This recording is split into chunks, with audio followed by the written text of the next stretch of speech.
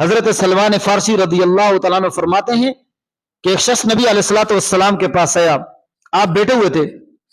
تو انہوں نے آ کر کے کہا السلام علیک یا رسول اللہ صلی اللہ علیہ وسلم، تو نبی علیہ الصلوۃ والسلام نے فرمایا وعلیکم السلام ورحمۃ اللہ،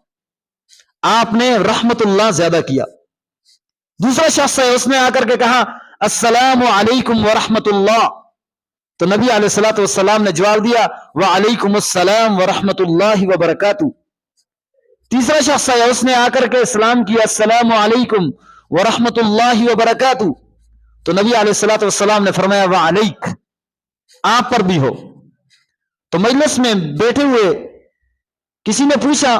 کہ اللہ کے رسول پہلا شخص آیا تو آپ نے اسے ورحمۃ اللہ کہا،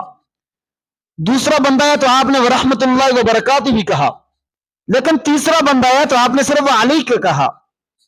کہا کہ اس لیے کہ پہلے شخص نے جو سلام کیا میں نے اس سلام کا احسن انداز میں جواب دیا، دوسرے شخص نے جواب دیا میں نے اس سے احسن انداز میں کیا،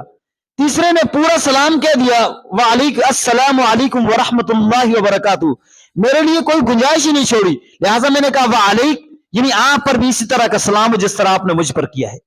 تو اس سے یہ بھی پتہ چلتا ہے کہ حدیث میں جو الفاظ ثابت ہیں ہمیں وہی سلام میں کہنے چاہیے، یعنی السلام علیکم ورحمۃ اللہ وبرکاتہ۔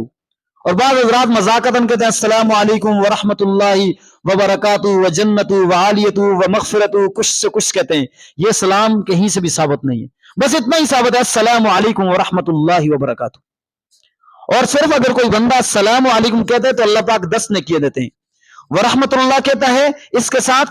تو 20 نیکیاں ہو جاتی ہیں، اور اگر بندہ کوئی پورا سلام کرتا ہے تو اللہ پاک اسے 30 نیکیاں دیتے ہیں۔